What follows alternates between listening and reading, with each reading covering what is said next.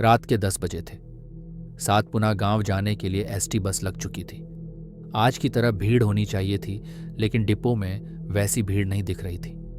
बस का ड्राइवर और कंडक्टर गाड़ी के बाहर खड़े होकर बस भरने का इंतजार कर रहे थे।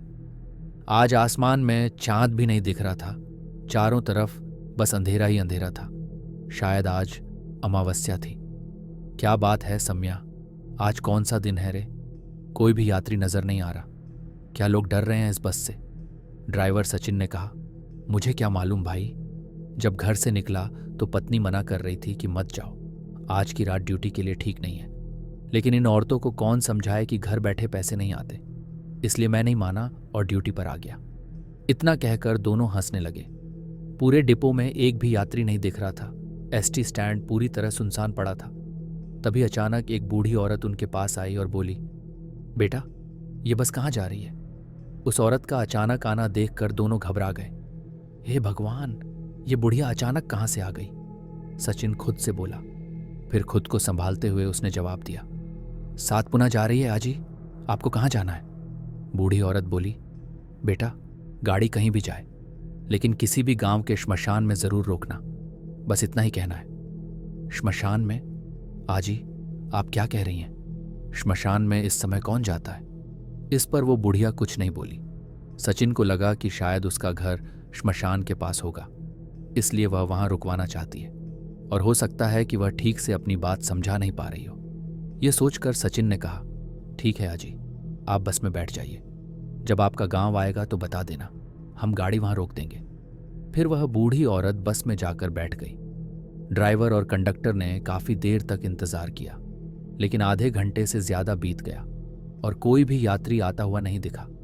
आखिर में सचिन ने कहा, सम्या, चलो अब, मुझे नहीं लगता कि कोई और आएगा। ऐसा कहकर वे दोनों बस की ओर बढ़ने लगे। तभी सम्या जोर से चिल्लाया, सचिन! सचिन तुरंत उसके पास आया और देखा तो हैरान रह गया। बस लगभग पूरी तरह यात्रियों से भर चुकी थी। हे भगवान, ये यात्री कब बस में चढ़ गए? सचिन डरते हुए बोला। मुझे तो कुछ भी पता नहीं चला, उसने आगे कहा। तभी बस में बैठे एक यात्री ने जोर से कहा, ओ ड्राइवर, गाड़ी निकालो, हमें देर हो रही है। उसकी आवाज बहुत सख्त और डरावनी थी। सम्या, 2 मिनट नीचे आ, सचिन बोला। वे दोनों बस से नीचे उतर आए। अब ये क्या समझें सम्या, अभी तो सिर्फ एक बूढ़ी औरत चढ़ी थी, बाकी यात्री कब चढ़े? मुझे तो कुछ भी समझ नहीं आ रहा है, सचिन घबराए हुए बोला। थोड़ी देर दोनों के बीच बातचीत होती रही। फिर सचिन बोला, शायद हमारा ध्यान नहीं गया होगा जब वे लोग बस में चढ़े होंगे। चलो अब बस निकालते हैं, बहुत देर हो चुकी है। दोनों फिर से बस में जाकर बैठ गए। सचिन ने बस चालू की और डिपो के बाहर निकाल दी। सम्या अब भी डरा हुआ था। उसे यही सोचकर घबराहट हो रही थी कि ये यात्री आखिर बस में कब चढ़े। सभी यात्री कुछ अजीब लग रहे थे और बस में एक डरावना माहौल बन चुका था। सचिन बस चला रहा था, लेकिन उसके मन में भी बेचैनी थी। उसे लग रहा था कि आज कुछ अजीब होने वाला है। अब बस एक घने जंगल के रास्ते से गुजर रही थी। तभी सम्या अपनी सीट से उठकर टिकट काटने के लिए यात्रियों के पास गया। हाँ बोलिए दादा, कहाँ का टिकट दूं? इस पर सामने बैठे एक यात्री ने कहा, गांव के श्मशान का टिकट दे दो कंडक्टर साहब। अब सम्या एकदम घबरा गया। गांव का श्मशान? अरे, ऐसा कोई स्थान होता है रास्ते पर? आप क्या बोल रहे हैं? कोई ना जाए वहां, लेकिन हम तो जाते हैं। देखिए, ये मजाक का समय नहीं है। गांव का नाम बताइए, वरना यहीं उतर जाइए। सम्या थोड़ा गुस्से में बोला। उसने फिर दूसरे यात्री से पूछा, लेकिन वह भी बोला, श्मशान घाट का टिकट दीजिए साहब। अब सम्या डर के मारे कांपने लगा, क्योंकि एक आदमी मजाक कर सकता है, लेकिन अगर सभी लोग एक ही बात कह रहे हैं तो जरूर कुछ बहुत डरावना है। उसे अब यकीन हो गया कि कुछ गड़बड़ है। वह चुपचाप अपनी सीट पर आकर बैठ गया। इस बस में जो लोग बैठे हैं, कहीं ये सब भूत प्रेत तो नहीं? ये सोचकर वह उठा और सचिन के पास जाकर उसकी सीट पर बैठ गया। सचिन बस चलाते हुए बोला, क्या हुआ रे सम्या, इतना डरा हुआ क्यों है तू? सचिन, इस बस में जो लोग बैठे हैं ये सामान्य यात्री नहीं है। मैं पूरी तरह यकीन से कह रहा हूं। क्या मतलब? जब मैं टिकट काटने गया तो हर कोई मुझसे श्मशान का टिकट मांग रहा था। अब तू ही बता, मैं उन्हें वहां का टिकट कैसे दूं? और इस भयानक रात को कौन जाता है श्मशान में? सचिन भी अब थोड़ा घबरा गया। उसने अपने सामने लगे शीशे में पीछे देखा और उसके रोंगटे खड़े हो गए, क्योंकि शीशे में बस के अंदर एक भी यात्री नहीं दिख रहा था। लेकिन उसने ये बात सम्या से नहीं कही, क्योंकि उसे डर था कि सम्या और भी ज्यादा डर जाएगा। वह चुपचाप बस चलाता रहा। कुछ देर तक कोई कुछ नहीं बोला। फिर सम्या बोला, अरे सचिन, बोल ना, अब क्या करें? अब हमारे पास कोई और रास्ता नहीं है सम्या। ये जो कह रहे हैं, हमें उन्हें वहां तक पहुंचाना ही होगा। आगे एक गांव का स्टॉप दिखाई दे रहा था। भय और तनाव के कारण उन्हें प्यास लग रही थी। सचिन ने सोचा कि यहां रुककर थोड़ा पानी ढूंढा जाए, लेकिन जब वो ब्रेक दबाने लगा तो बस की स्पीड कम ही नहीं हो रही थी। वह बार बार जोर से ब्रेक दबा रहा था, लेकिन बस रुक ही नहीं रही थी। हे भगवान, ये बस क्यों नहीं रुक रही? वह घबराकर खुद से बोला। तभी उसे पीछे से एक आवाज आई, अब बस वहीं रुकेगी, श्मशान के पास। सचिन और सम्या ने पीछे मुड़कर देखा तो उनकी रूह कांप उठी। एक खून से लथपथ आदमी उनके सामने खड़ा था, जिसकी आंखें नहीं थीं और उसका जबड़ा कान तक फटा हुआ था। उसके बोलने का अंदाज इतना भयानक था कि दोनों कांपने लगे। बस फिर से उसी अंधेरे रास्ते पर दौड़ रही थी। सचिन बोला, अरे सम्या, मुझे नहीं लगता कि हम अब बच पाएंगे। ऐसा क्यों बोल रहा है तू? सम्या ने घबराकर पूछा। सचिन बोला, अरे ये भूत पिशाच हमें उनके ठिकाने पर पहुंचने के बाद जिंदा छोड़ देंगे, इसका क्या भरोसा है? ऐसा मत बोल यार सचिन। अरे मेरे छोटे छोटे बच्चे हैं, मुझे नहीं मरना। उन्हें लगने लगा कि शायद वे अब जिंदा नहीं बचेंगे। इतने में अचानक बस एक जगह आकर रुक गई और एसटी बस का दरवाजा अपने आप खुल गया। एक एक करके सारे यात्री बस से नीचे उतरने लगे और जंगल की ओर बढ़ने लगे। सचिन और सम्या डर के मारे बस से ही उन्हें जाते हुए देख रहे थे। अब बस पूरी तरह खाली हो चुकी थी। जैसे ही बस खाली हुई, दोनों को थोड़ी राहत महसूस हुई। सचिन बोला, चल सम्या, मुझे अब एक पल भी यहां नहीं रुकना। तभी सम्या बोला, अरे सचिन, वो लोग तो चले गए, यानी उन्होंने हमें कुछ भी नहीं किया। तू कहना क्या चाहता है? सम्या ने पूछा। हम देखे क्या कि वो लोग आखिर जा कहाँ रहे हैं? अरे सचिन, तू पागल हो गया है क्या? बड़ी मुश्किल से हम उनसे बच निकले हैं और तू फिर मरने के मुंह में जाना चाहता है? वो शायद श्मशान में ही गए होंगे। नहीं देखा तूने कैसे अचानक बस रुक गई? लेकिन अगर उन्हें हमें मारना होता तो अब तक वे हमें मार चुके होते। कम से कम एक बार देख तो लें कि ये लोग करते क्या हैं वहां। नहीं भाई, मुझे नहीं जाना, गाड़ी स्टार्ट कर और चल।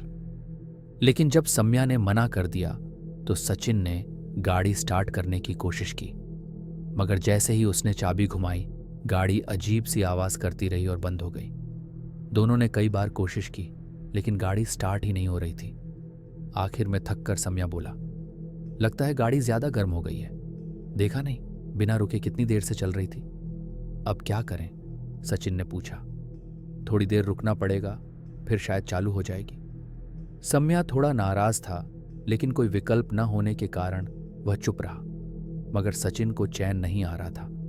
उसे यह जानना था कि वे पिशाच श्मशान में आखिर करते क्या हैं। वह बोला, सम्या, मुझे देखना है कि वो लोग वहां क्या कर रहे हैं। अगर तू आना चाहे तो चल, वरना मैं अकेला ही जा रहा हूं। इतना कहकर सचिन बस से उतरकर जंगल की ओर बढ़ गया। आखिर में मजबूरी में सम्या भी उसके पीछे पीछे चल पड़ा। दोनों उसी रास्ते पर चलने लगे जिस रास्ते से वे पिशाच गए थे। कुछ दूर चलने के बाद उन्हें बहुत से लोग एक जगह इकट्ठा दिखाई दिए। दोनों धीरे धीरे उनके पास पहुंचे और एक पेड़ के पीछे छुपकर देखने लगे। वहां जो दृश्य था वह बेहद डरावना था। कुछ लोगों के सिर नहीं थे, किसी के हाथ पैर नहीं थे और 2-3 लोग तो जल चुके थे। वे सब एक आग के सामने बैठे हुए थे और बिना पलक झपकाए उस आग की तरफ देख रहे थे। उन्हीं में से एक पिशाच की नजर उन दोनों पर पड़ गई। सम्या घबराकर चिल्लाया, सचिन भाग! लेकिन कुछ करने से पहले ही दोनों के सिर पर किसी चीज से जोर का वार हुआ और वे बेहोश हो गए। जब उन्हें होश आया तो उन्होंने खुद को एक बड़े सूखे पेड़ से बंधा हुआ पाया। ठंडी हवा उनके शरीर को सिहरन दे रही थी। चारों तरफ घना अंधेरा था। सामने जलती लकड़ियों से धीमी धीमी आग की लपटें उठ रही थीं। आसपास बहुत सी अजीब अजीब आकृतियां दिखाई दे रही थीं। वो वही यात्री थे जो बस में बैठे थे, लेकिन अब उनका असली रूप सामने आया था। कुछ के चेहरे पूरी तरह जले हुए थे तो कुछ के सिर उनके शरीर से अलग थे। सम्या डर से कांपती आवाज में बोला, सचिन, हमने यहां आकर बहुत बड़ी गलती की। मैंने तुझे पहले ही मना किया था। अब देख, ये दोनों हमें मारने वाले हैं। ये पिशाच हमें जिंदा नहीं छोड़ेंगे।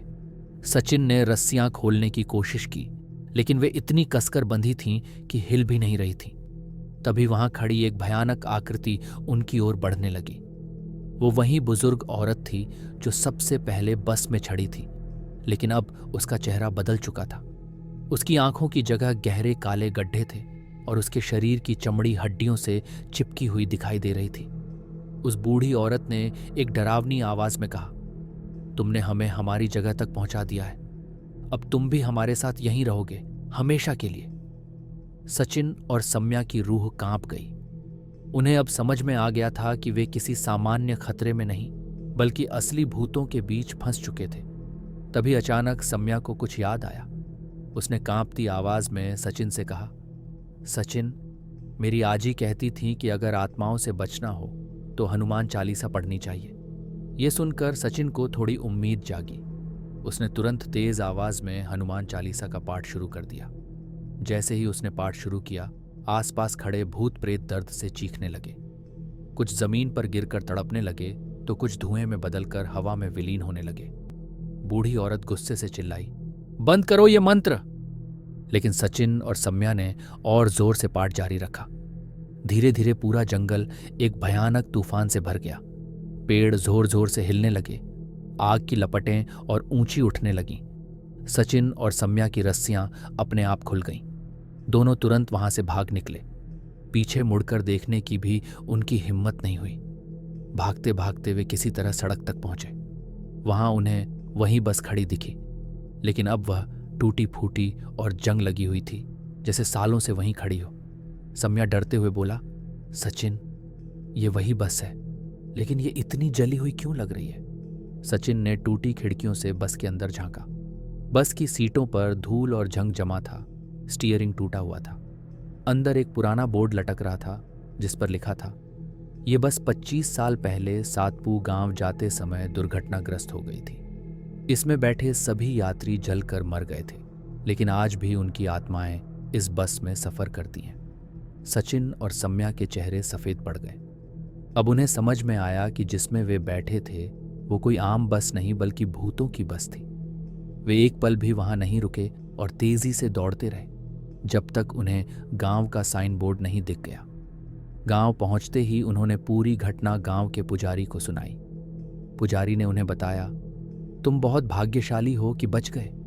हर साल अमावस्या की रात जब भी कोई बस उस रास्ते से निकलती है तो ये भूत पिशाच उसमें चढ़ जाते हैं और श्मशान तक की यात्रा करते हैं। सचिन और सम्या अब भी डरे हुए थे। उन्होंने कसम खाई कि वे दोबारा कभी उस रास्ते से सफर नहीं करेंगे।